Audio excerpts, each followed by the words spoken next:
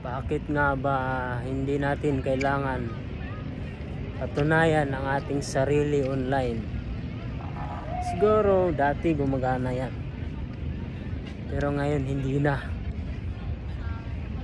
dahil yung mga high quality na babae na yan ay hindi sila makaka-connect sa atin, hindi sila relate sa pinagagawa natin. Kung may nakita man tayo sa online na yung lalaki nagpapakita ng status tas marami siyang babae, kalokohan yun guys.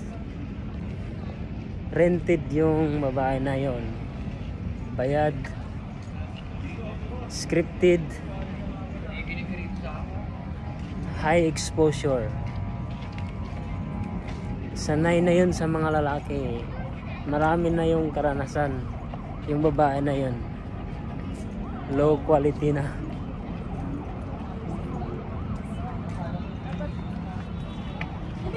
Let's go. Yan lang muna. Nandito pala tayo sa Binondo. Hey, excuse me, I like your smile.